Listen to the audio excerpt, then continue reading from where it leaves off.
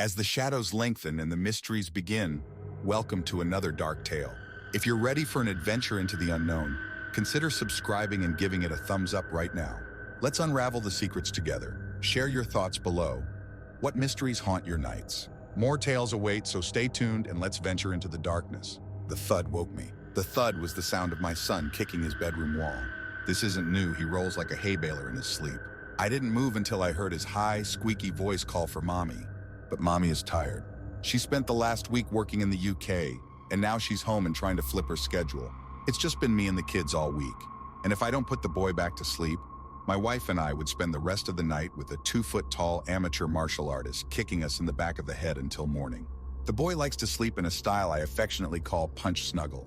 Punch snuggling is like regular snuggling, but with fists, knees, and a heel in the abdomen, back, or face. Struggling out of bed, I kept my eyes closed until I felt the edge of the dresser press against my arm. Cracking my left eyelid open, I saw the numbers on the clock read 3:06.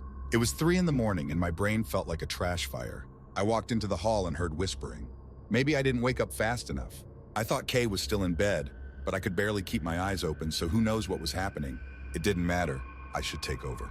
Kay needed her sleep. She would have meetings all day tomorrow. I shuffled into the hallway. Ben's door was open, and the muffled whispering from his bedroom sounded like gurgling gibberish. The little man called out for mom again. "I want mommy," he yelled. I groaned.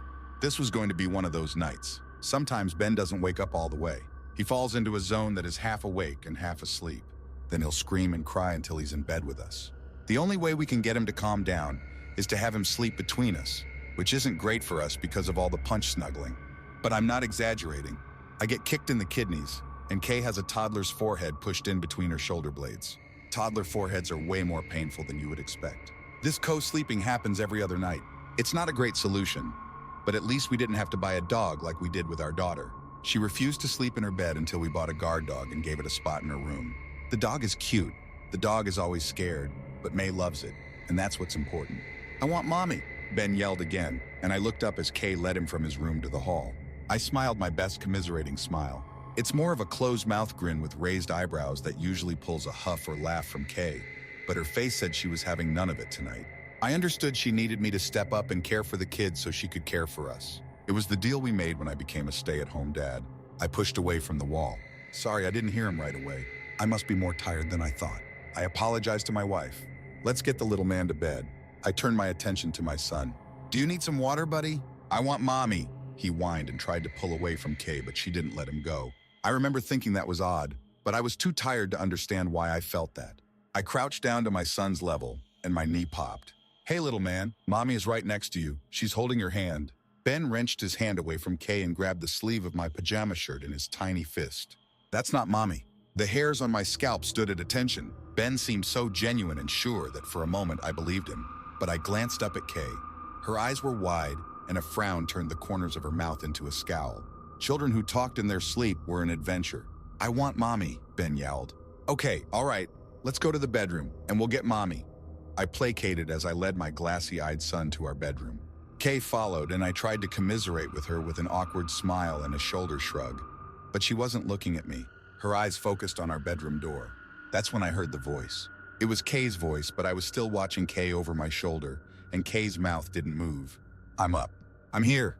I'm coming," the voice said from our bedroom.